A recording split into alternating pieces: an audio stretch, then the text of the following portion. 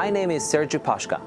For the past 13 years, I have been developing new technology that allows us to grow living tissue that mimics specific regions of the human brain and can be created from any person using stem cells derived from their own skin or blood. This isn't a brain. It's a collection of growing cells that make up a small part of a human brain. Not long ago, it was shown that mature cells in tissue can be pushed back in time.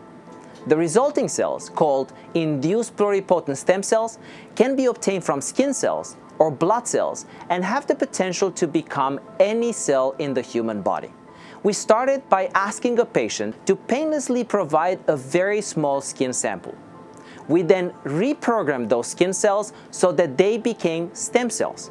We then put them in a medium, a kind of chemical soup that helps them grow and change. By providing various molecular cues in this medium, we were able to guide them to become specialized brain cells.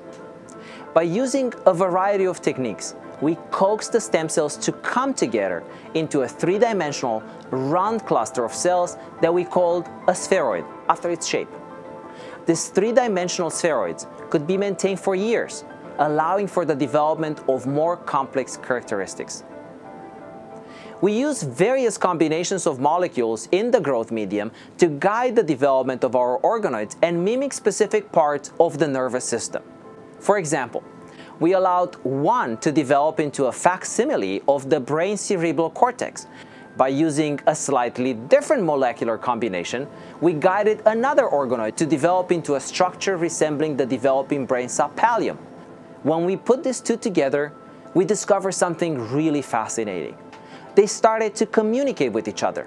They fused, and specific cells started to move and assemble into networks much as they would in an actual brain. So we call this assembly of organoids assembloids and explore other combinations to create models that replicate brain function. Using our assembloid technology, we can create complex living models in our lab in order to safely study how disease progresses in a developing brain and, importantly, how we might be able to precisely target and treat it.